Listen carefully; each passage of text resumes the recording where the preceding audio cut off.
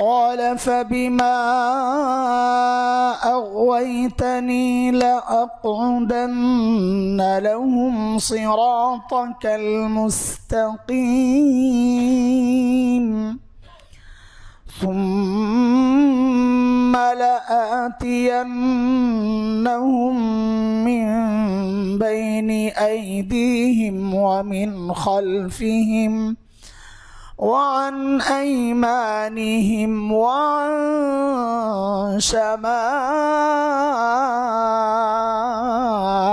شمائلهم ولا تجد أكثرهم شاكرين آمنت بالله صدق الله العلي العظيم محترم حاضرین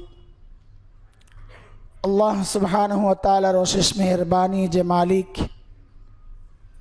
গত বছর রমজান আল মুবারক কাটানোর পর এ পর্যন্ত আমাদেরকে বাঁচিয়ে রেখেছেন এবং ধীরে ধীরে আরেকটি রমজানের দিকে আমরা এগোচ্ছি। আল্লাহর কাছে চাওয়া প্রত্যাশা আমাদের দোয়া যে আল্লাহ আমাদের সবাইকে রমজান আগামী আসন্ন যে রমজান এই রমজানের বরকতে আল্লাহ যেন আমাদের সবাইকে ধন্য করেন আমিন। সে পর্যন্ত আল্লাহ আমাদের সবাইকে বাঁচিয়ে রাখেন।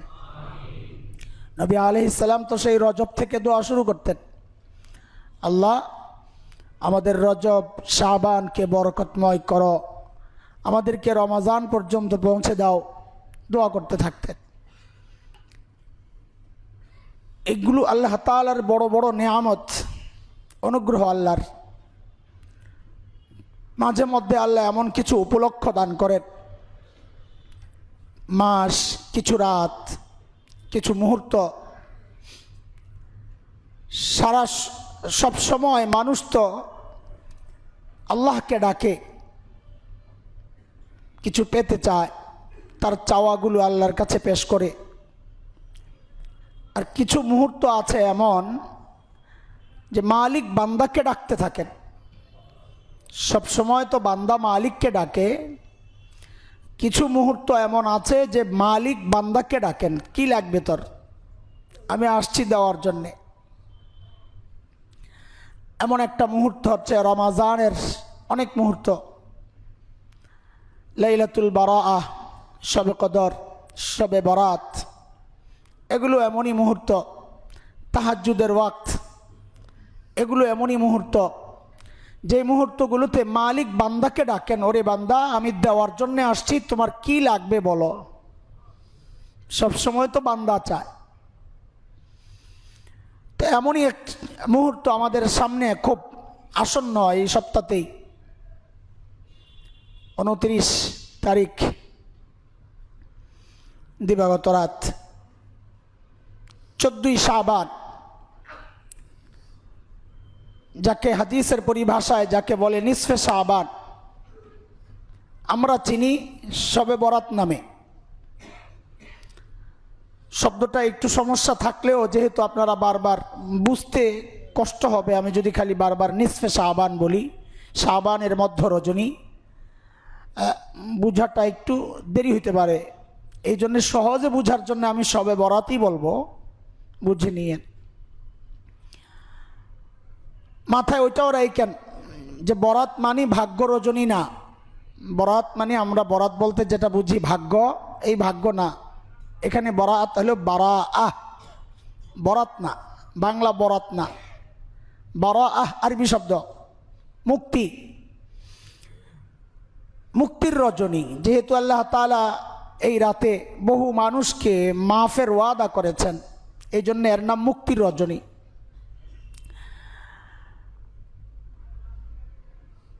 এমনই একটা রাত হচ্ছে নিসফে শাবান। কিন্তু আমাদের দুর্ভাগ্য যে বহু বিষয় এমন আছে যেগুলো নিয়ে সারা জীবন আমরা শুধু বিতর্ক করে গেলাম। আর দ্বীনি বিষয়ে বিতর্কের সবচাইতে খারাপ যে দিক, অনেক খারাপ দিক আছে, সবচাইতে খারাপ দিক হচ্ছে যেই বিষয়টা নিয়ে বিতর্ক হয় ওই বিতর্কিত বিষয়ে উম্মতের আমল ছুটে যায়। এটা হচ্ছে সবচাইতে খারাপ দিক। দুরূদ শরীফ বসে পড়ব না দাঁড়ায়া, সারা জিন্দিগি উম্মতের বিতর্ক। এই বিতর্কের মধ্যে দুরূদের অবস্থা শেষ। কেউ তো পড়েই না, আর কেউ পড়লেও সেটাকে মশলা মাখাইয়া পড়ে, জায়গায় রাখে না। তো বিতর্কিত জিনিসের সবচাইতে খারাপ দিক হচ্ছে এটা আমল থেকে ছুটে যায়।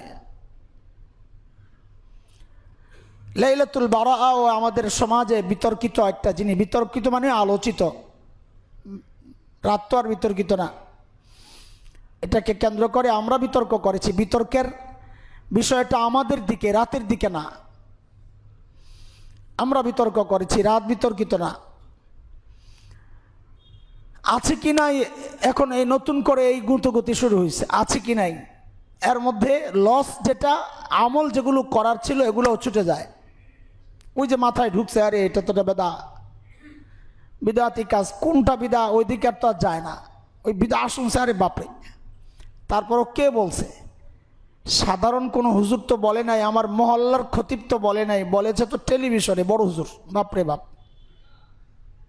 আমাদের মাথায় এগুলো খুব সুন্দর করে সেট আপ করা, যে মসজিদের মহল্লার হুজুর হলো ছোট হুজুর, আর বাক্সবন্দি হুজুর, সুন্দর জামা পরা, খুব ডিজাইন করা, দেখতেও তো খুব সুন্দর হুজুর, মাশাআল্লাহ। চেহারায় নূর চমকায়। চেহারায় যে কি নূর চমকায়, এটা যারা কাজ করেছি, আমি তো করেছি, আমি জানি চেহারায় কি নূর চমকায়। পাউডার কতগুলা মাখতে হয়। হুজুর দেখে ছাড়া দেয় মনে করছেন? ওগুলো ঘষতে ঘষতে সারাদিন যাইতো, এত বিরক্ত লাগতো। ওগুলো কি এগুলা? ভাই আল্লাহ যেই চেহারা দিছে এটা চলে না। বলে ক্যামেরা একটু ডিস্টার্ব, এগুলো ভালো আসে না। সবচেয়ে ঝামেলা করতো পিস টিভিওয়ালারা। হায় হায় আল্লাহ, দুবাইতে আমাদের রেকর্ড নেওয়ার জন্য চারদিক থেকে এত পাওয়ারি লাইট চোখে পড়ে, তাকায় থাক। 10 মিনিট হয়ে গেছে রেকর্ড, বন্ধ বন্ধ, পরিচালক বন্ধ বন্ধ। কি সমস্যা? শেখের নাকে একটু ঘাম চমকাইতেছে, এটা ক্যামেরায় লাগতেছে, সমস্যা। আবার আইসা ঘাম মুছে মুছে আবার একটু পাউডার লাগায়, আবার একটু মাইরা টেরা। আপনারা মনে করেন কি সুন্দর হুজুর না? নূর চমকায়। এ হুজুর দেখেই তো কাইত। আরে কি টুপি, মাশাআল্লাহ, বাদশাহী জামা। মাঝে মধ্যে এমন এমন বিরক্ত লাগতো যে মাওলানা নাকি যাত্রাপালার কোনো রাজা বাদশা। যাত্রাপালায় রাজা বাদশাদের কেমনে সাজায় দেখেন নাই আপনারা? আরে যাত্রাপালায় যাই এত দেখার দরকার নেই, এগুলো তো রাস্তায় রাস্তায় ছবি, পোস্টার, পত্রিকা। যাত্রাপালার রাজা বাদশা যেই জামা, সুবহানাল্লাহ। বড় হুজুর হওয়ার জন্য তো এরকম সাজসজ্জা দরকার, ঠিকই তো আছে। কারণ ওনারাও বুঝা গেছে আপনারা কি চান। বাণিজ্যিক ব্যাপার তো, বাণিজ্যিক চিন্তায় গ্রাহক যারা ভোক্তা, এদের চাহিদা মেটানোই যারা বাণিজ্য করে তাদের মূল কাজ। তারাও সেই কাজই করে। আয় মাহবুদ। তো এখন আমাদের মধ্যে এই সমস্যা। মসজিদ থেকে কে কি বলল, মসজিদের মহল্লায় কি বলল। আর আমাদের সবচেয়ে বড় দুর্ভাগ্য হচ্ছে আমরা তো আপনার বেডরুম পর্যন্ত আমাদের কথাগুলো পৌঁছাইতে পারি না। তারা আপনার বেডরুমে ঢুকে গেছে, আপনার বেডরুমে ঢুকে গেছে। আমি কথাটা বুঝাইতে চাইতেছি এইভাবে যে টেলিভিশন তো এই বেডরুমে, আপনার বিবি বাচ্চারা দেখতেছে ওইটা। আপনি আমার থেকে হয়তো কিছু শুনতেছেন, কিন্তু ওই বেডরুম পর্যন্ত আমার মেসেজ তো আমি পৌঁছাইতে পারতেছি না। যাই হোক, ওই বিতর্কে যাচ্ছি না আমি। আপনারা পৌঁছাইয়া দিয়ে আমাদের পক্ষ থেকে আপনি দাওয়াতের কাজটা আপনিও করেন, শরীক হয়ে যান। আমাদের রেকর্ড হয়, রেকর্ডগুলো নিয়ে যান, অথবা বাচ্চারা যেই চ্যানেলগুলোতে দিয়ে দেয় ওখান থেকে নিয়ে নেন, ঘরওয়ালাদেরকে শোনান, দাওয়াতের নিয়তে শোনান, শোনাইয়া দেন, সমস্যা নাই, শুনুক না। আমাদের চেয়ে ন্যূনতম দিন যদি থাকে, একটা কথা মনে রেখেন, ন্যূনতম দিন যদি থাকে, আমাদের চেয়ে, ছেলেদের চেয়ে মেয়েদের দিন মানার প্রতি আগ্রহটা বেশি। এটা মাথায় রেখেন। ঘরে যারা কোরআন তিলাওয়াত করতে পারে, আমিও পারি, আমার বউ পারে, কিন্তু আপনি খবর নিয়ে দেখেন আপনি তেলাওয়াত মিস হইতে পারে, তার তেলাওয়াত মিস হয় না। এটা আমাদের অভিজ্ঞতা, আপনাদের কথা বলতেছি না, আমাদের অভিজ্ঞতা বলতেছি। আমাদের তিলাওয়াত সকালে মিস হইতে পারে, রাতের তিলাওয়াত মিস হইতে পারে, মেয়েদেরটা মিস হয় না। কারণ এটাই স্বাভাবিক। মেয়ে যদি ভালো হয়, ঘরে ছেলেও দিনদার মেয়েও দিনদার, কিন্তু দিনদারি প্রকাশ পায় বেশি মেয়েদের থেকে। ছেলেও খারাপ মেয়েও খারাপ, তখন খারাপটাও প্রকাশ পায় মেয়ের থেকেই বেশি।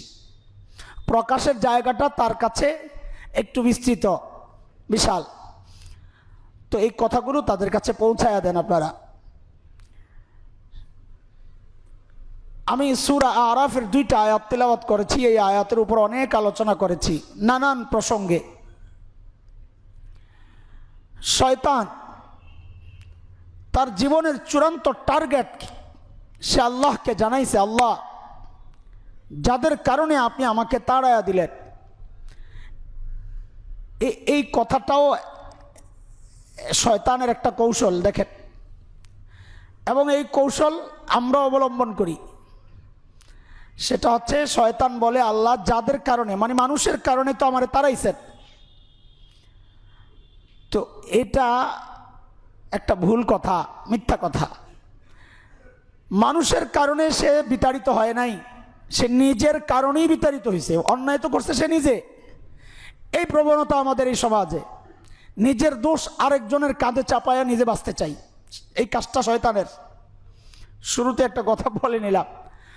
শয়তান বলে, ক্বালা ফাবিমা আগওয়াইতানি লাআকউদান্না লাহুম সিরাতাকাল মুস্তাকিম। আল্লাহ যাদের কারণে আপনি আমাকে তাড়াইয়া দিছেন, আমি এদেরকে ছাড়ব না। এরা যেই রাস্তা ধরে আপনার কাছে আসবে, সিরাতে মুস্তাকিম, বাড়াবাড়ি ছাড়াছাড়ি মুক্ত রাস্তা, ওই পথে আমি বসে থাকবো, এদেরকে আসতে দিব না। এক পাশে বাড়াবাড়ি, এক পাশে ছাড়াছাড়ি, মাঝখানে মধ্যপন্থা, মধ্য রাস্তা। শয়তান বলে ওই মধ্য রাস্তায় আমি বসে যাব, যেই কোনো এক সাইডে আপনার বান্দাদেরকে আমি সরাইয়া দিব। তো সরাইয়া কই পাঠাবে? হয় বাড়াবাড়িতে, নয় ছাড়াছাড়িতে। দুই পাশে রাস্তা দুইটা, মাঝখানে সরল পথ। নবী আলাইহিস সালাম দাগ দিয়ে দিয়ে দেখাইছেন, লম্বা দাগ দিছেন। হ্যাঁ, এই পাশে কিছু দাগ, এই পাশে কিছু দাগ, হ্যাঁ, 6টা। তো নবী দেখাইছেন এটা হচ্ছে সিরাতে মুস্তাকিম। তো এই পাশে 6টা, এই পাশে 6টা, কত হইল? 12টা। তো আমাদের মুহাক্কিকরা বলেন, নবী আলাইহিস সালাম বলেছেন 6টা দাগ দিছেন। তো নবী আলাইহিস সালাম বলেছেন 3টা, 6টা না, 3টা, 6টা। এই উম্মতের মধ্যে 72টা ফিরকা গুমরাহ। তাফাররাকাত বনু ইসরাঈল আলা 72 মিল্লা وتفترق أمتي على 73 ملة كلهم في النار إلا ملة واحدة قالوا يا رسول الله ما هي قال ما أنا عليه وأصحابي। যে বনু ইসরাঈল 72 ফিরকায় বিভক্ত হয়েছে, আমার উম্মত 73 ফিরকায় বিভক্ত হবে। এর মধ্যে 72টা হচ্ছে ভ্রান্ত, একটা সহি। তো ওই যে 3টা 6টা দাগ, মুহাক্কিকিনরা বলেন যে এই 6টা হচ্ছে 72 ফিরকার মূল। প্রত্যেকটা 12 ফিরকায় বিভক্ত, শাখা প্রশাখাগত। মূল ফিরকা হচ্ছে 6টা। এই 6 ফিরকার 72 শাখা আছে, 12টা শাখা আছে। তো 6 × 72। তো এই যে ডানে বামের রাস্তাগুলো, এগুলো হচ্ছে ভ্রান্তির পথ।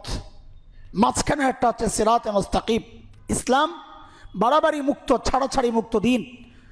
মা বাইনাল ইফরাত ওয়াত তাফরিত, মা বাইনাল বিদআহ ওয়াল ইলহাদ। আমরা বলি বাড়াবাড়ি আর ছাড়াছাড়ি মুক্ত মধ্য রাস্তা, এটা হচ্ছে ইসলাম। শয়তানের টার্গেট হচ্ছে ইসলাম থেকে বান্দাহকে ওই মধ্য রাস্তা থেকে সরাইয়া দেওয়া, মধ্যপন্থী হওয়া থেকে সরাইয়া দেওয়া। হয় বাড়াবাড়ি করাবে আর নয় ছাড়াছাড়ি করাবে। এটা তার চূড়ান্ত টার্গেট। এটা যে কোনো ক্ষেত্রে, দ্বীনের যে কোনো বিষয়ে শয়তানের টার্গেট হচ্ছে হয় আমাকে দিয়ে বাড়াবাড়ি করাবে, নয় আমাকে দিয়ে ছাড়াছাড়ি করাবে। হয় আমাকে দিয়ে আল্লাহর ইবাদত করাবে না, অথবা আমাকে আল্লাহর ইবাদতের সাথে সাথে মাখলুকের ইবাদত করাইয়া শিরিক করাবে। হয় বাড়াবাড়ি করাবে, নয় ছাড়াছাড়ি করাবে। হয় আমাকে দিয়ে সুন্নতের আমল করতে দিবে না, অথবা বাড়াবাড়ি করবে, সুন্নতের সাথে বিদআত ঢুকাইয়া দিবে। সব বিষয়ে শয়তানের কাজ হচ্ছে বাড়াবাড়ি করার, ছাড়াছাড়ি। এটা শয়তানের চূড়ান্ত টার্গেট। এই টার্গেট থেকে শবে বরাত খালি না, এটা মাথায় রাখা। শবে বরাত এটাও খালি না, এখানেও বাড়াবাড়ি হয়, এখানেও ছাড়াছাড়ি হয়। ওই বাড়াবাড়ি আর ছাড়াছাড়ির মাঝখানের পথটাকে আমাদের খুঁজে বের করা দরকার।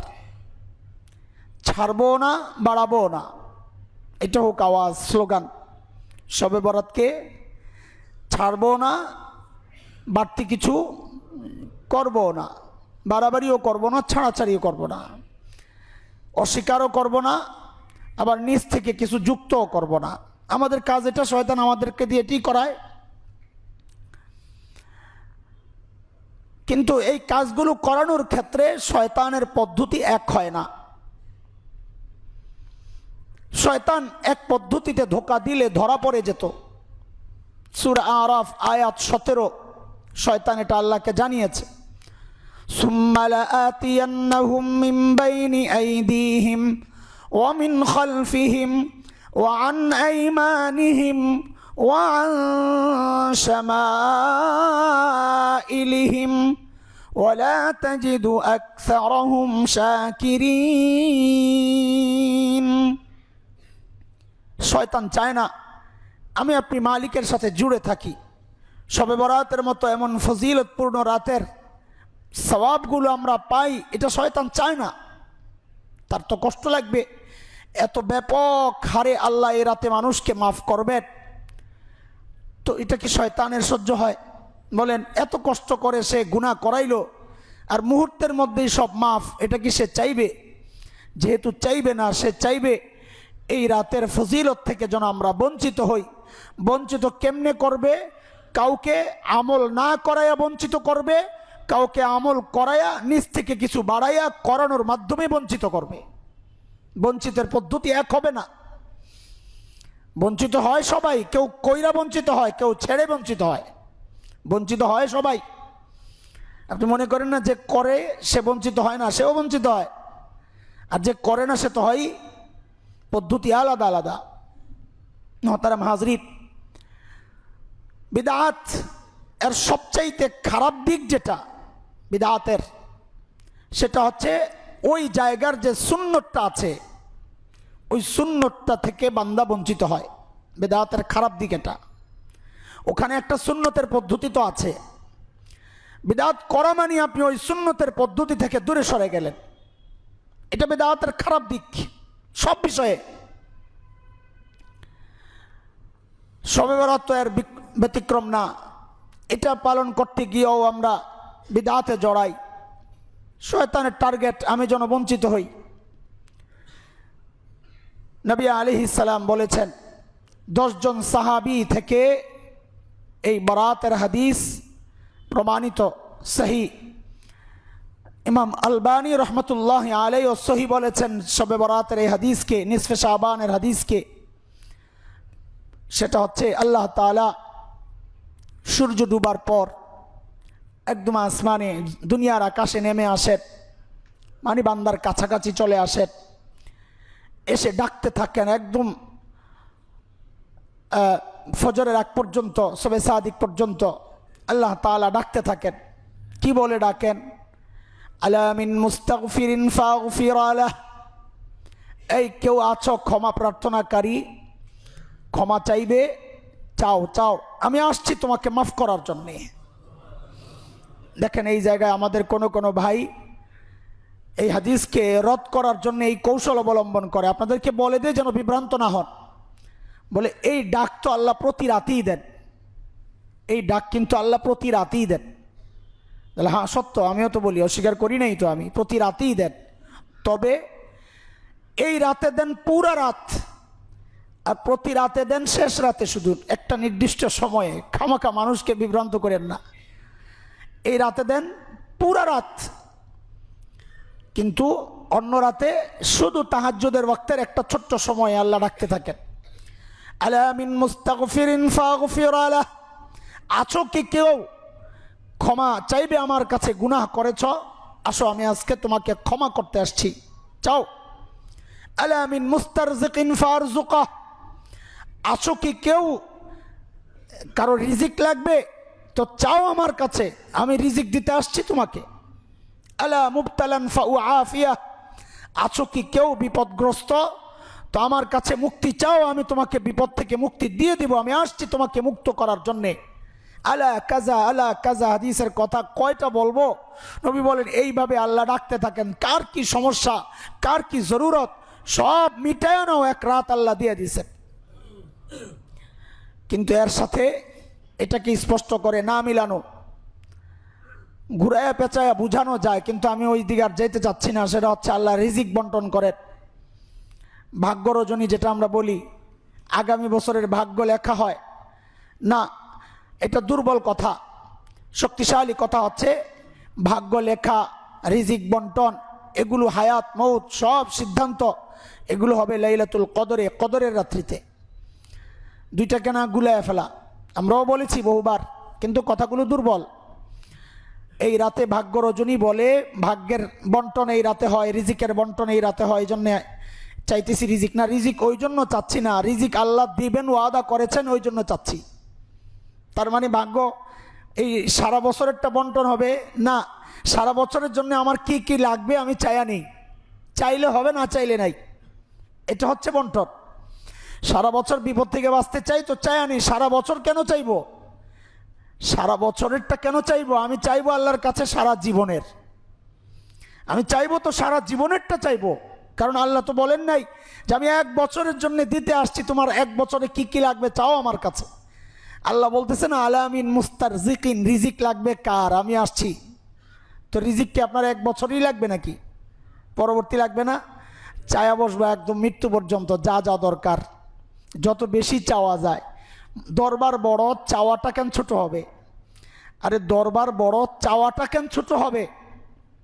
প্রধানমন্ত্রীর সাথে দেখা করতে গেছেন, যায়া যদি বলেন এত প্রটোকল এত কিছু সব ডিঙ্গায়া গেলেন আপনি কোনোভাবে দেখা করার জন্যে, যায়া কি বললেন, আমারে 10টা টাকা দেন, হ্যাঁ?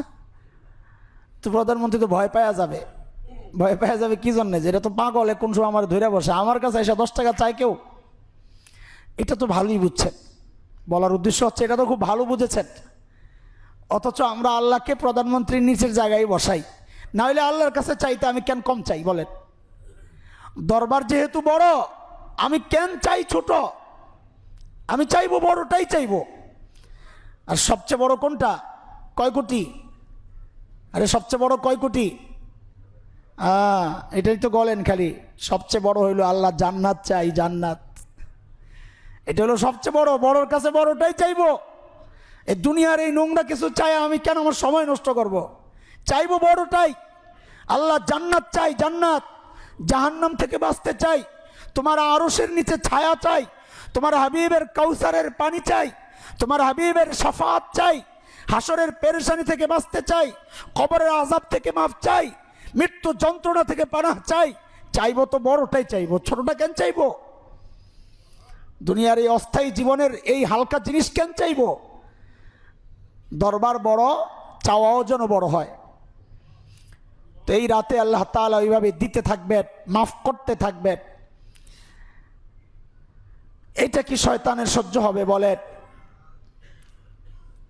আমাদেরকে এই আমল থেকে, মূল আমল থেকে, শবে বরাতের মূল আমল কি বলেন, করণীয় কি? আমাদের অনেক ভাই এইভাবেও হালকা করতে চান, আমি শুনি সব আলোচনাগুলো শুনেছি, কারণ আপনাদেরকে তো বলা লাগবে।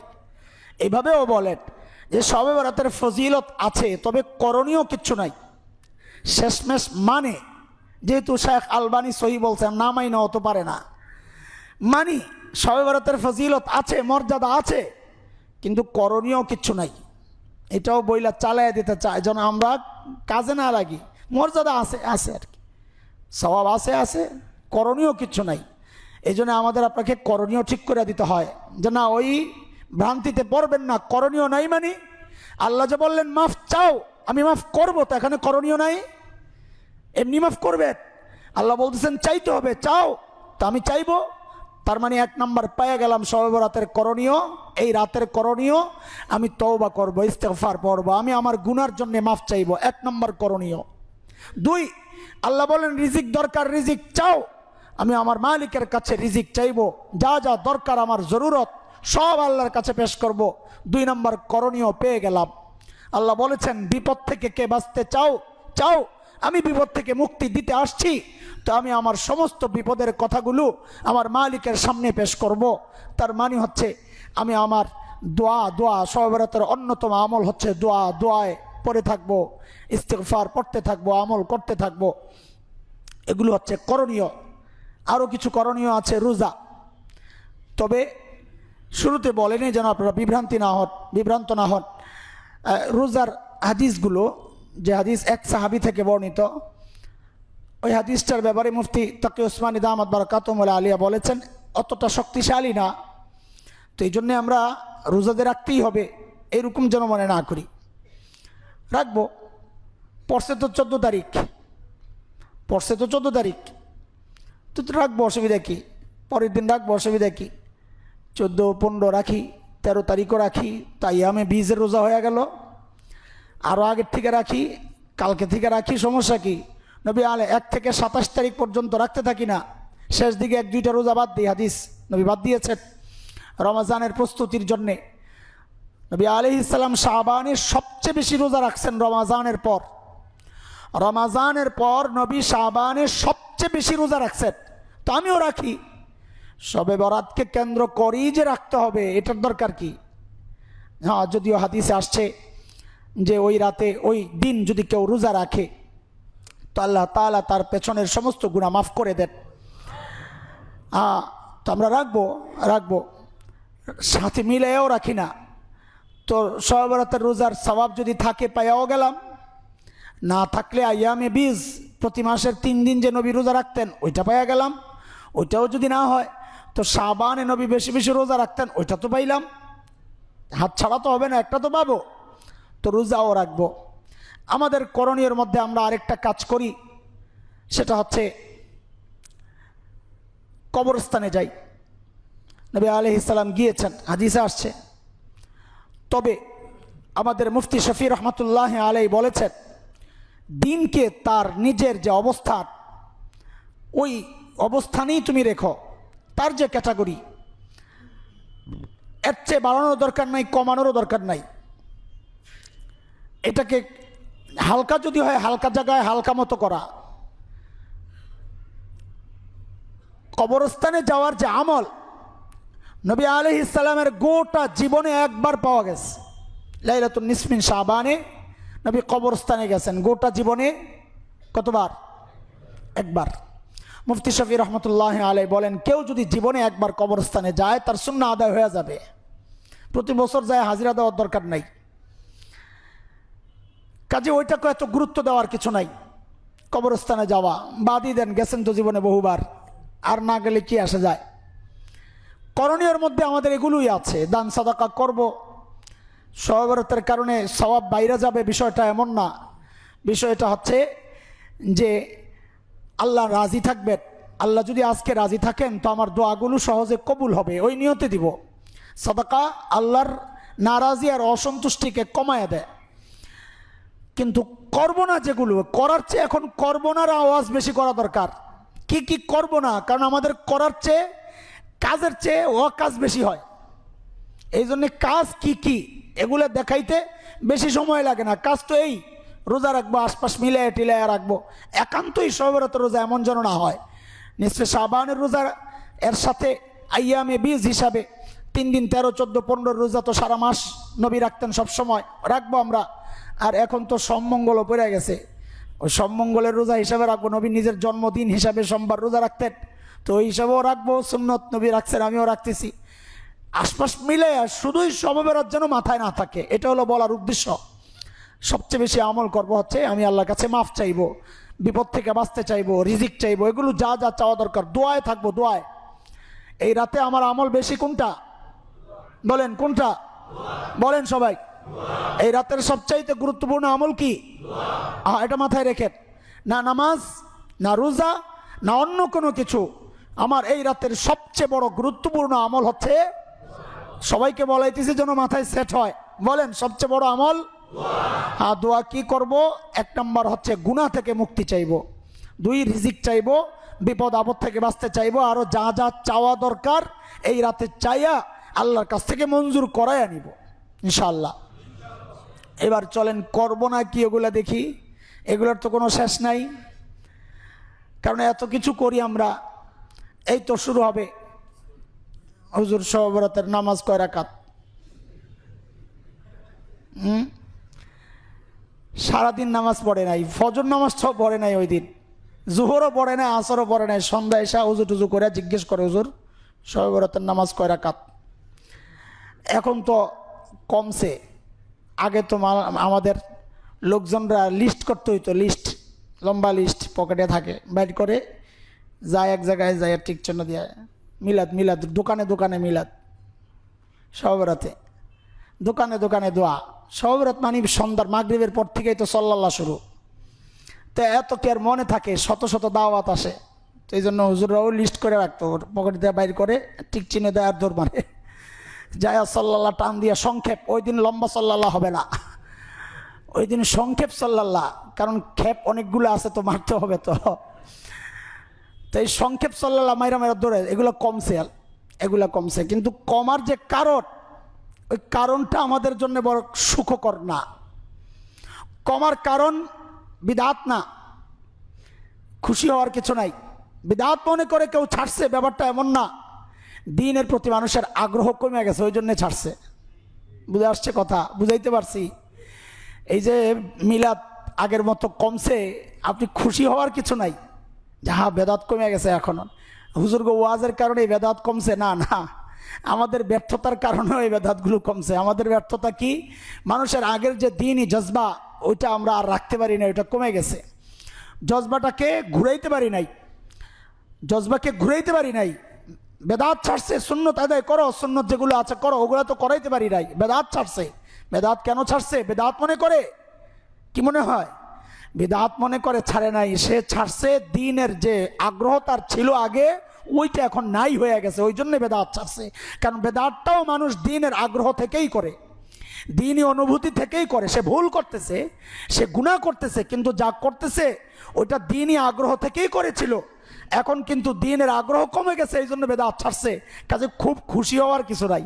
যাক, তাও আলহামদুলিল্লাহ ছাড়ছে, তো ছাড়ছে, যাও। তো বাস, এখন তার এগুলা কম, এগুলা আর বলার দরকার নাই। কিন্তু ভাই শোনো, শবে বরাতের কোনো আলাদা নামাজ নাই। রোজা আছে, রোজাটাও দুর্বল একটা জায়গা থেকে বললাম, কিন্তু নামাজের অস্তিত্ব নাই। সেখানে সালাতুত তাসবির তো প্রসঙ্গই আসে না। সেখানে সালাতুত তাসবিহ জামাতে পড়া, এটা তো আরো নিন্দনীয়। কারণ নফল নামাজের জামাত প্রমাণিত না। যে সমস্ত জামাত নবী আলাইহিস সালাম থেকে প্রমাণিত না, এই নামাজের জামাত আমি আপনি করতে পারি না। বিতিরের নামাজ জামাতে পড়বো না, রোজায় নবী পড়ছেন, আমিও পড়বো, ভাই এর নাম শরীয়ত। তারাবি জামাতে পড়বো, নফল নবী পড়েছেন তাই পড়ি, নফল মানে সুন্নতে মুআক্কাদা, নবী পড়েছেন তাই পড়ি। সালাতুল কুসুফ, সূর্যগ্রহণ, বৃষ্টির জন্যে, ইস্তিসকা, এগুলোর নামাজ নবী পড়েছেন, আমরাও পড়বো জামাতে। জামাতে জামাতের কথা বলতেছি, কিন্তু সালাতুত তাসবিহ নবী জামাতে পড়েছেন এমনটা তো কোনো প্রমাণিত না। তা আমি আপনি কেন পড়বো? কে পাইলো, কে বুঝাইলো আপনাকে? ওই যে মাথায় ঢুকাইছে যে জামাতে পড়লে সওয়াব বেশি। এমনি তো অনেক সওয়াব, জামাতে পড়লে আরও সওয়াব। ওই যে ঢুকছে জামাতে পড়লে বেশি সওয়াব, এই বেশি সওয়াবের আশায় আসল সওয়াব শেষ হয়ে গেছে। বেদাতের এটা হচ্ছে খারাপ দিক। বেদাত নিজেও মকবুল না, নিজেও গ্রহণযোগ্য না, কিন্তু খারাপ দিক হচ্ছে তার সাথে গ্রহণযোগ্য আমল যেটা ছিল ওইটাকে নিয়ে বরবাদ হয়, একা বরবাদ হয় না। কথার কথা, কারো মাথায় ঢুকছে আজকে যে আজকে 26 মার্চ ছুটির দিন, আজকে মাগরিবের নামাজ 3 রাকাত তো সারা জীবন পড়লাম, আজকে যেহেতু হাতে সময় আছে আজকে মাগরিবের নামাজ 4 রাকাত পড়বো, যা করে আল্লাহ। আচ্ছা, চতুর্থ রাকাতে দেখেন চতুর্থ রাকাতটা হবে কিনা বলেন। চতুর্থ রাকাত যে হবে না এর মানে কি আগের 3 রাকাত হয়ে গেছে, অথচ চতুর্থ রাকাত না পড়লে কিন্তু আগের 3 রাকাত হইতো। বেদাতের খারাপ দিক হচ্ছে এটা, ওই যে চতুর্থ রাকাত নিচ থেকে যেটা ঢুকাইলাম ওইটা তো বাদই, সঙ্গের 3 রাকাতকে নিয়েও বাদ হয়েছে। একা মরে না, সঙ্গীরে নিয়ে মরে, এটা বেদাতের খারাপ দিকের একটা। সামনে আরো আসতেছি কথা। তো এই জন্য এই সমস্ত নামাজ, সালাতুত তাসবিহ, জামাত এগুলো ছাড়বো ইনশাআল্লাহ। কি কি করবো না এগুলো বলতেছে, এগুলো ভালো করে শুনেন, ছাড়বো ইনশাআল্লাহ ইনশাআল্লাহ। এরপর নামাজ আদায়ের জন্য, বিশেষ করে ফজরের নামাজটা আর 2 রাকাত নামাজ পড়ার জন্য গাউসুল আজম মসজিদের দিকে ছুটবো না। কোন দিকে বলেন না? বাইতুল মুকাররমের দিকে ছুটবো না। আজকের রাতের জন্য বাইতুল মুকাররমের যেই সওয়াব বাইতুল মামুরের একই সওয়াব, বরং আপনি যদি মনে করেন গাউসুল আজমে পড়লে সওয়াব বেশি হবে, তো আপনার নামাজটা বরবাদ হয়ে গেল, আপনি আরেকটা বেদাতে জড়ায় গেলেন। কেন? নবী আলাইহিস সালাম বলেছেন লা তুশাদ্দুর রিহাল ইল্লা ইলা সালাসাতি মাসাজিদ, 3টা মসজিদ ছাড়া। আরেকটা বর্ণনা আছে ওইটা সহ মোট 4টা মসজিদ। কয়টা? 4টা মসজিদ ছাড়া অতিরিক্ত সওয়াবের আশায় অন্য কোনো মসজিদকে কেন্দ্র করে সফর করা, নবী বলেছেন এটা নিষেধ, স্পষ্ট নিষেধ। এক মসজিদ ছাড়া সওয়াব বেশি হবে ওই আশা আরেক মসজিদে যাওয়া। হ্যাঁ এটা হইতে পারে যে ওই মসজিদে মুসল্লি বেশি হয় তো আমি ওই মসজিদে যাই, কারণ মুসল্লি বেশি তো সওয়াব বেশি, এটা হইতে পারে। এটা মসজিদের গুণ না, এটা মুসল্লির গুণ, সংখ্যার গুণ। মসজিদের কারণে সওয়াব বাড়ে নাই, সংখ্যার কারণে সওয়াব বাড়তে পারে। কিন্তু কেউ যদি মনে করে না গাউসুল আজম, ভাই আমি কেন বলতেছি, আমাদের সাথী, আমাদের সাথে চলেন, ওঠা বসা, ছেলেকে নিয়ে রওনা দিছে। আমি বয়ান করে আসার নামাজের পরে বয়ান করে বাসার দিকে যাচ্ছি, খুব সেজে গুজে যাচ্ছে। ভাই কই যান? তো উনি খুব গর্বের সাথে বলতেছে, কারণ আমি হুজুর মানুষ, আমার কাছেই তো গর্ব নিয়ে বলবে। আপনারা তো ইবাদত বেশি করতে পারলে সবচেয়ে বেশি টার্গেট থাকি আমরা, যে আমার হুজুর জানুক আমি খুব ভালো করতেছি। আলহামদুলিল্লাহ ভালো। তো আল্লাহর বান্দা আমার দেখেই খুব, কই যান ভাই? ভাই গাউসুল আজমে যাই। সুবহানাল্লাহ, হজ করতে যাইতেছে আমার একটা বাপ। কেন? কই যাই গাউসুল আজম। এই গাউসুল আজম নাম লাগছে, মনে করছে কাম হয়ে গেছে। আহা, শয়তান কিভাবে আমাকে ধোকা দিচ্ছে। আল্লাহর রাস্তে অন্য কোনো মসজিদকে টার্গেট করে যাব না। ঘরের পাশের মসজিদে কি সারা রাত ইবাদতের জন্য? না ওইটা আসতেছি, রাখেন, এশার নামাজ পড়ার জন্য। আমি আবার বলি নাই সারা রাত ইবাদতের জন্য বাইতুল মামুরে আসেন, অন্য জায়গায় আসেন না, কারণ অন্য জায়গায় গেলে হাদিয়া তোফা আমরা পাবো না। আপনি যদি যান গা, তো আমার হাদিয়া কে দিবে বলেন? ও ভাই, আপনি যদি বাইতুল মামুর সাইরা গাউসুল আজমে যান গা, তো আমার হাদিয়া কে দিবে? হাদিয়া দেওয়ার জন্য হাসান জামিল তুমি ওই রাত্রে খুঁজেও পাবা না। হাসান জামিল নাক ডেকে ঘুমায় যায়, দেখবা। ঘরে ঘরে ঘরে নামাজ কোথায়? ঘরে, মসজিদও না। আচ্ছা, সে জায়গায় আসতেছে, একটু সিরিয়াল মতো আগাই। কাজে কোনো দিকে দৌড়াদৌড়ি নাই, স্বাভাবিক জীবন যা আছে অন্য দিনের মতো, যেখানে নামাজ পড়ি, যেখানে যা করি সব স্বাভাবিক। গেল একটা পোলাপাইন, ঢাকা পোলাপাইন বেশি, ভ্যান গাড়ির সাথে কন্ট্যাক্ট হয়েছিনি না? এখনো হয় নাই। হ্যাঁ, পরে তো পাইবা না, আমি আগের থেকে কন্ট্যাক্ট করে লো, ভ্যান গাড়ি লইবা না, সারা রাত ঘুরবা না শহরে শহরে, আর কোন জায়গায় বিরিয়ানি দেয় যে খবর লইবা না। আর আমি তো লইছি, বলো, তুমিও বলো। আমরাও ছোটোবেলায় লইতাম, গরু কোন জায়গায় বেশি বড় জব করছে, বিরিয়ানি ওই জায়গার ভাগের টাকে লইতে হবে। তো ফজর নামাজ ওই মসজিদে যায় পড়তাম, মাদ্রাসায় যখন পড়তাম ছোট, বিরিয়ানি। তো তুমি যাইবা না? আলহামদুলিল্লাহ ওগুলোও কমছে। আমরাও ছোটোবেলায় দেখছি, আমাদের মসজিদও তারও বাসর হইতো, এই মসজিদেরও বাসর হইতো। বাসর বুঝেন না? বাসর ঘর সাজাইতো চারোদিক থেকে, ওই যে লাল লাইট টুইট লাগাই, ওই যে এরকম প্লাস্টিকের ডিব্বা লাইট। আমরা আবার ওই মুখাগুলো চুরি করতাম, খুলে বাসায় নিয়ে যাইতাম। এগুলো লাগাইতো আগে এক সময়, দেখছি। ওগুলো আব্বা বন্ধ করছেন আলহামদুলিল্লাহ। জিলাপি দিত, জিলাপি, সাল্লাল্লাহর জিলাপি, আলহামদুলিল্লাহ ওগুলো বন্ধ হয়েছে। পুরান টাউনে এখনও আছে। সারা রাত ছবি না পড়ে কোরআন শরীফ মাইকে। আমরাও পড়ছি ভাই, আমরাও পড়ছি। এই হাক্কুল্লাহ দাওয়াত খাইছি ছোটোবেলায়, বড়রা লয়ে যায়, কারণ এর তো চালান নাই। আমার তো গলা সুন্দর, টান মারলে মুসল্লিরা পাগল, সব দৌড়ায়। কোন হাফেজ সাহেব আনছে আজকাল, সহরাতের হাফেজ সাহেবটা বড় কঠিন হাফেজ সাহেব। হ্যাঁ, তো ওই ফরিদাবাদ পুরান টাউন অঞ্চল ওগুলো খুব চলে। সবে বরাতের হাফেজ সাহেব রাখার জন্য আলাদা ইন্টারভিউ হইতো। সবে বরাতে খতম পড়বে মাইকে, সারা রাত বসে বসে এলাকাবাসী শুনবে, এর জন্য আলাদা ইন্টারভিউ হতো। আর এই ইন্টারভিউর মধ্যে আমি গেলে আর ফার্স্ট হয় কে বলেন? চাকরি তো একটা ঠিক হয়ে যেত অটোমেটিক। হাদিয়া তো বাবাইতাম, বিরিয়ানি খাওয়াইতো, আদর যত্ন কত কিছু, সুবহানাল্লাহ। আলহামদুলিল্লাহ এগুলো কমছে, আল্লাহ শুকুর, আল্লাহ শুকুর, এগুলো কমছে। খবরদার, খবরদার, কোরআন মানুষকে শোনানোর জন্য উপরে আওয়াজ চলবে না। কেন? আপনি কয়জনকে শোনাবেন? কয়জন গুনাহ করতেছে, কয়জন বাথরুমে যায়, কত অসুস্থ মানুষ, কত কিছু। এই কষ্ট আপনি কেন দিচ্ছেন? কোরআন শুনতে চায় না, বিরক্ত হচ্ছে সে, আপনি শোনাচ্ছেন, তারে গুনাহগার বানাচ্ছেন, তাকে আপনি গুনাহগার বানাচ্ছেন। খবরদার, এই রাত্রে মাইকে এরকম আওয়াজে কোরআন তেলাওয়াত চলবে না ইনশাআল্লাহ। যার যার মসজিদের দায়িত্বশীল আমরা আছি এখানে অনেক, আমরা নিজেদের মসজিদগুলোতে এগুলো বন্ধ করে দিব। উপরের মাইকের আওয়াজে কোনো কিছু এই রাতে চলবে না ইনশাআল্লাহ। মসজিদকে বিয়ে পড়ানো, আরে মসজিদকে বিয়ে পড়ানো, মসজিদ বিয়ে পড়ানো বুঝেন নাই? আরে মসজিদকে বিয়ে পড়ানো বুঝেন নাই?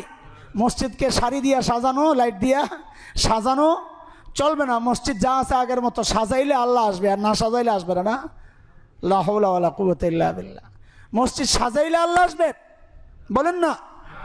বরং মসজিদ সাজাইলে আল্লাহর রহমত চলে যাবে। কেন? যেখানে গুনাহ হয় এখানে রহমত থাকে না। কথা মাথায় রাখেন এটা। যেখানে গুনাহ হবে, বলে কিসের গুনাহ? মসজিদ সাজাইছি, গুনাহ হচ্ছে এটা অপচয়।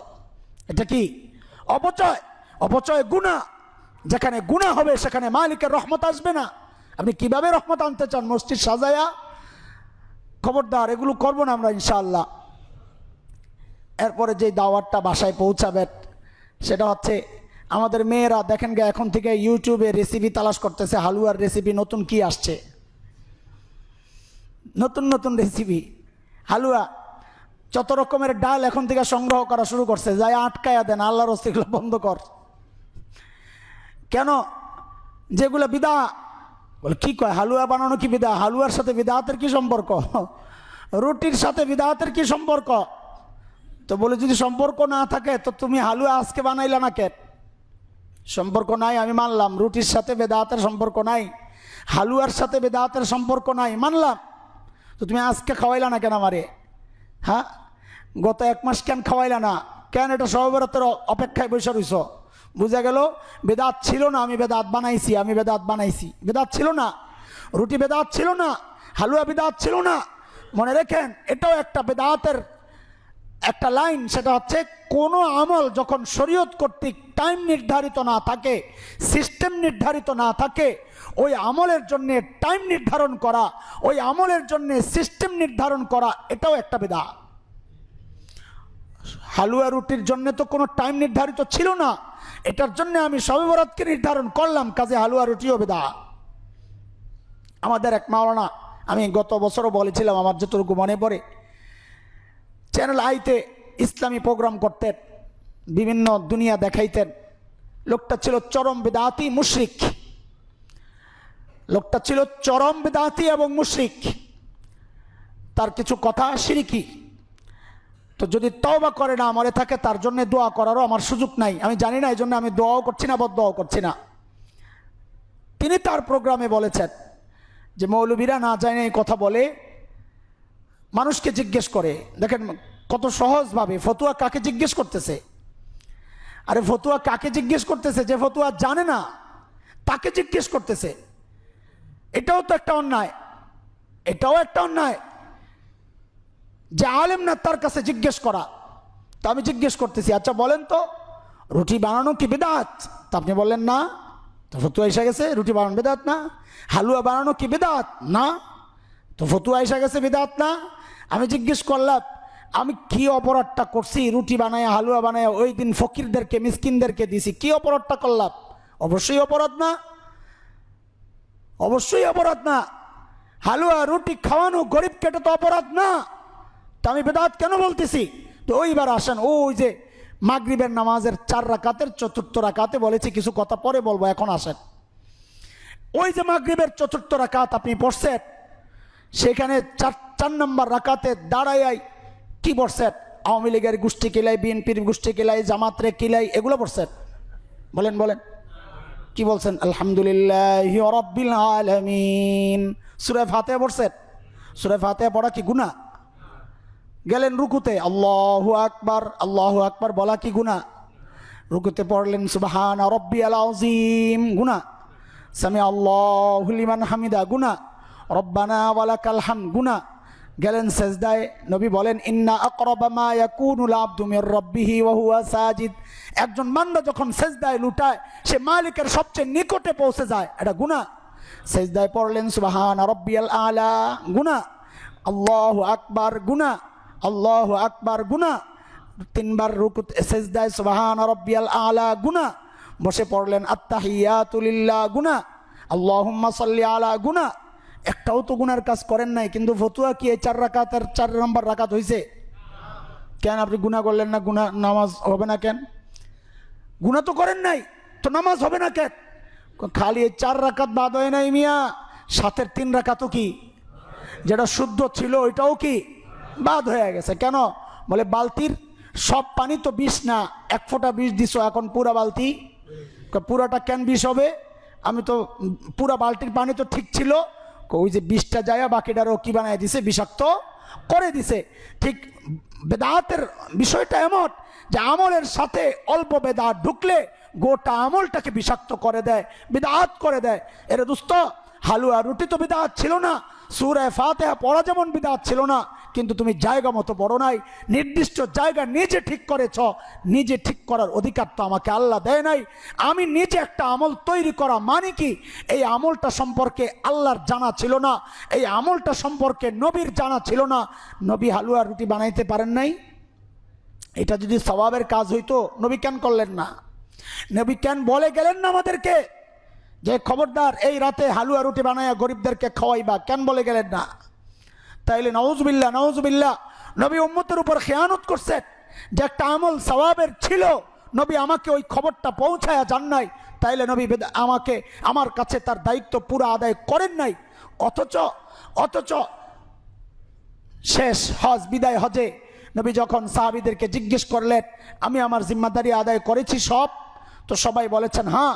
মানুষ স্বীকৃতি দিলে তো হবে না, আল্লাহর তো স্বীকৃতি দেওয়া লাগবে। নবী আল্লাহকে সাক্ষী বানাইছেন, আল্লাহ আল্লাহুম্মা শাহাদ, আল্লাহুম্মা শাহাদ, আল্লাহুম্মা শাহাদ, আল্লাহ আপনি সাক্ষী থাকেন, যাদের কাছে আমাকে পাঠাইছেন এরা স্বীকৃতি দিয়েছে, আমি আমার দায়িত্ব পুরোপুরি আদায় করেছি। জিবরাইল আমিন আসছেন, কানে কানে বলেন ইয়া রাসূলুল্লাহ, আল্লাহও সাক্ষী আছেন। আয়াত নাজিল হয়ে গেল, আল-ইয়াওমা আকমালতু লাকুম দীনাকুম ওয়া আতমামতু আলাইকুম নি'মাতি ওয়া রাদিতু লাকুমুল ইসলাম দীনা। দিন হিসাবে আজকে আমি কমপ্লিট করে দিলাম ইসলাম। এখান থেকে আর বাড়ানোর কোনো সুযোগ নাই, ঢুকানোর কোনো সুযোগ নাই, কমানোর কোনো সুযোগ নাই। আপনি যা করে গেছেন ওইটাই সবাইকে মানতে হবে, বাড়াইতেও পারবে না, কমাইতেও পারবে না, কারণ আজকে দিন কমপ্লিট হয়ে গেছে। কমপ্লিট জিনিসে কমানো যায় না, কমপ্লিট জিনিস থেকে বাড়ানো যায় না, কোনোটাই করা যাবে না। আপনি মন মতো একটা করবেন আর নাম দিবেন শরীয়ত, না দোস্ত এটা শরীয়ত না, এটা বিদআত। আপনি বলবেন যেটা করা এটা তো সওয়াবের কাজ, গরিবকে খাওয়ানো কি বলেন সওয়াবের কাজ। এই যে ফতোয়া চাইলাম আপনাদের কাছে, সওয়াবের কাজ, গরিবকে খাওয়ানো তো সওয়াবের কাজ, ঠিকই তো আছে, ঠিকই আছে, আমি তো অস্বীকার করি না, কিন্তু তার জন্য টাইম নির্ধারিত কেন? টাইম নির্ধারিত করা এটাই সমস্যা। এই যে আমরা কুলখানির ব্যাপারে বলি, কুলখানি তো বুঝেন না, কুল হু আল্লাহ পড়া আর কি, দোয়া দুরুদ পড়া, এ তো সওয়াবের কাজ। মাইয়তের জন্য দোয়া করা কি গুনার কাজ? সওয়াবের কাজ। কিন্তু আপনি 40 দিনের মাথায় যে করতে গেছেন ওই জন্য সমস্যা। আপনি বাৎসরিক যে করতে গেছেন টাইম নির্ধারণ করেছেন ওই জন্য সমস্যা। আপনি সারা বছর করেন, প্রতি মুহূর্তে করেন, কোনো সমস্যা নাই, সওয়াবের কাজ। আপনি নিজের পক্ষ থেকে যখন কোনো আমলের টাইম নির্ধারণ করবেন, পদ্ধতি নির্ধারণ করবেন, তখন আর সওয়াবের কাজ থাকে না, তখন কি হয়ে যায়? শিরিক আর বিদআত হয়ে যায়। শয়তানের টার্গেট ছিল আমাকে আপনাকে দিয়ে শিরিক করানো, আর আল্লাহর ওয়াদা এই রাতে যারা মুশরিক আমি তাদেরকে মাফ করব না, এটা আল্লাহর চ্যালেঞ্জ। যারা মুশরিক আমি তাদেরকে মাফ করব না এই রাতে, যতই তুমি মাফ চাও। তো শয়তান বলে তাইলে তো মুশরিক যে সে তো মাফ পাবে না, তো একটা কাজ করি, দেখি শিরিক করাইয়া করে, কেমনে করাবো? তো শিরিকের রাস্তা তো খুঁজে পায় না, কারণ আমি আপনি এই রাতে শিরিকের কোনো কাম তো নাই। তো শয়তান যায়া কিছু দিনের জন্যে, কিছু সময়ের জন্যে কনফেকশনারিওয়ালাদের সাথে যাইয়া বন্ধুত্ব করছে। দোস্ত একটু সহযোগিতা চাই। বলে কি চাও বলো না। কয় যদি একটু কুমিরের রুটি বানায় বাজারে ছেড়ে দিতা, যদি একটা মাছের রুটি বানায় বাজারে ছেড়ে দিতা। আমি তো একবারে কুমিরের পূজা করাইতে পারি নাই, দেখি একটু খাওয়াই দেওয়া যায় কিনা। তো কনফেকশনের এলাকা লাভবাহিক দোস্ত আমিও হাজির। দুই দোস্তের পরিকল্পনায় উম্মতের সামনে শবে বরাত ওই বিকাল থেকে বিশেষ করে পুরান টাউনে বিশাল টেবিল বিছাইয়া বড় বড় আস্তে আস্তে কুমির হা করে রয়েছে, আস্তে আস্তে মাছ। আরে দোস্ত, শবে বরাতের সাথে কুমিরের কি সম্পর্ক বলেন তো? শবে বরাতের সাথে মাছের কি সম্পর্ক বলেন তো? এরপর বাচ্চাদের মধ্যে আবার শয়তান সাওয়ার হয়েছে। কেন কেন? নমরুদের একটা পদ্ধতি ছিল যে আল্লাহকে তীর মারছে, তীর মনে আছে জানেন তো না? তো দুষ্ট লোকেরা আবার কি করছে, তীরের মাথায় একটু রক্ত লাগাইয়া দিছে নমরুদ বলত্তারে ধোকা দেওয়ার জন্যে। মাইরা যখন তীর পড়ছে দেহে রক্ত, কয় লাগছে জায়গা মতো, খুশি। শয়তান এখন প্রত্যেকটা বাচ্চাকে নমরুদ বানায় ছেড়ে দিতেছে। কেন? ওই যে আল্লাহ বলেছেন আমি এই রাতে শেষ দুনিয়ার আকাশে চলে আসব। শয়তানকে করা কি আল্লাহরে দূর করার রাস্তা কি? বোম ফুটাইয়া দে, দেয়াল বোম ফুটাইয়া, একটা মরিচাবাতি ছাইড়া দে, দে আল্লাহরে তাড়াইয়া দে। আল্লাহ চাইনি চাইতে বোম ফুটাইয়া দে, আল্লাহরে তাড়াইতে। নাইলে বলেন শবে বরাতের সাথে এই পটকার কি সম্পর্ক বলেন? শবে বরাতের সাথে এই ঝাড়বাতি, এই ঝাড়বাতি তো না কি বলে, মরিচাবাতি, এইগুলা, হ্যাঁ এই করোনাকে পুরান টাউনের পোলা মোররা মোররা মোররা, এই যে মোররা ছেড়ে ছিট ছিট ছিট করে দৌড়ায়, এগুলার কি সম্পর্ক বলেন তো? আল্লাহরে তাড়ায়। নমরুদ তীর দিয়া চালাইছে, এখন শয়তান আমারে আর আপনার নমরুদ বানায় ছেড়ে দিছে যে আল্লাহরে তাড়াতাড়ি এলাকা থেকে। কারণ আল্লাহ যতক্ষণ থাকবেন রহমত দিয়া বান্দারা তো মাফ করে দিবে। যত তাড়াতাড়ি আল্লাহরে দৌড় করা যায়, এখান থেকে দৌড়ানো যায়। আর এটাও ঠিক, যেখানে গুনাহ হবে সেখানে আল্লাহর রহমত থাকবে না, এটা তো ঠিক স্বাভাবিক কথা। শয়তান এই কাজগুলো করা, হুজুর আমি করি না। আরে আপনার নাতিয়ে করে, আমি কি আপনারে বলতেছি নাকি? আমি তো করি না, আমি বুড়া মানুষ, আমি মরিচা বাতি জ্বালামো নাকি, আমি মোররা জ্বালামো নাকি? আর আপনি তো জ্বালান না, কিন্তু আপনার পকেট থেকে টাকা বাইর করে আপনার ছেলে করতেছে, আপনার বাচ্চারা করতেছে, আপনার ভাই করতেছে, আপনি তাদেরকে আটকান, আপনার বিবিকে আটকান। দোস্ত আমার শেষ কথা, সময় একদম অনেক হয়ে গেছে, নাউজুবিল্লাহ, আপনাদের মনে থাকে না বলার জন্য। ভাই এইটারে রাখবেন ফার্স্ট, তাইলে না আমি দেখবো যে সময় আমার অনেক হয়ে গেছে। আপনারা এটারে বানাইছেন সোলো, আমি ধোকা খাই প্রত্যেক শুক্রবারে, কিন্তু মনে থাকে না আমার বলার জন্য। ঠিক আছে, এটা কেমনে ফার্স্ট হলো? তাহলে ওইটা কি ফার্স্টের? যদি এটা কোন দুনিয়ার ফার্স্ট সিস্টেম? এটা সিস্টেম পাল্টাইলো, ওটা কি বুঝলাম না। হ্যাঁ, আমি আজকে কতদিন ধরে দেখতেছি আপনারা কোন এটা ফার্স্ট। দুনিয়া উল্টাইছে তো। এই যে আগে লাইট থাকতো উপরের দিকে, আগে হারিকেন জ্বালাইতেন, আলো থাকতো কোন দিকে? কপি জ্বালাইতেন, আলো থাকতো কোন দিকে? উপরের দিকে। এখন দুনিয়া পাল্টাইছে, এখন আলো কোন দিকে? এখনকার স্লো হইলো যেটা আগে যায়, আর যেটা ফার্স্ট এটা পেছনে আসে। এটা যদি অটো স্লো হয়ে যায় এটা সরাইয়া দেন, খামাখা আমি তো ধোকায় পড়ি। আমার এই সবসময় লেট হয় এই ঘড়ির দিকে তাকাইয়া, আল্লাহ মাফ করুক। ঠিক আছে, শেষ করতেছি। শোনেন, প্রত্যেক দিন তার দেরি করবো না, আর 5 মিনিট দেরি হইলে এত কষ্ট কি জন্যে? একটু সহ্য করেন না রে ভাই। সময় আসছে, এখন ইবাদতের মৌসুম আসতেছে। রমাজান হলো ইবাদতের মৌসুম আসতেছে। আপনি পাঞ্জাবি স্টক করতেছেন, রোজা আসতেছে, পায়জামা স্টক করতেছে, রোজা আসতেছে, ব্যাগের অর্ডার দিচ্ছেন, একটা সেলসম্যান নিতেছেন, এটা করছেন। কি এক প্রস্তুতি, হুলস্থুল কাণ্ড। আরে ভাই রোজা আসতেছে, আপনার প্রস্তুতিটা কি? কি প্রস্তুতি নিচ্ছেন? খবর কি? কোনো খবর নাই। জিজ্ঞেস করে খালি কবে কবে। কেন জিজ্ঞেস করে? মৌসুমটা কবে শুরু, বেচা কিনা কবে শুরু হবে, এই জন্য জিজ্ঞেস করে, ইবাদতের জন্য না। তো এই জন্য শেষ কথা, শবে বরাত কেন্দ্রিক, এটা সবাই খুব মনোযোগ দিয়ে শোনেন। শবে বরাত কেন্দ্রিক সবচাইতে বিশুদ্ধ হাদিস হচ্ছে আম্মা জান আয়েশা রাদিয়াল্লাহু তাআলা আনহার হাদিস। নবী আলাইহিস সালাম সেজদায় লুটায়া কাঁদতেছেন। সেজদায় পড়েছেন তো পড়েছেন, ওঠার কোনো নামগন্ধ নাই। আম্মা জান পাশে শোয়া। সন্দেহ লাগছে, এত লম্বা সেজদা, সন্দেহটা খুব খারাপ সন্দেহ যে চলে গেলেন কিনা। তো এই জন্যে পা দিয়ে একটু গুতা দিছেন, জেতা নামার আমরা চিমটি কাটে, এই পায়ের চিমটি আর কি, পা দিয়ে গুতা দিছেন। তো নবী আলাইহিস সালাম উঠছেন, বুঝ না জেতাস। এই হাদিসে আমি ঢুকতেছি না, হাদিসের ভেতরে ঢুকতেছি না, আমি একটা প্রসঙ্গ শুধু বলতে চাই। এই রাতে নবী আলাইহিস সালাম সেজদায় লুটাইয়া ছিলেন কোথায়, মসজিদে না ঘরে? কেমনি বুঝলেন?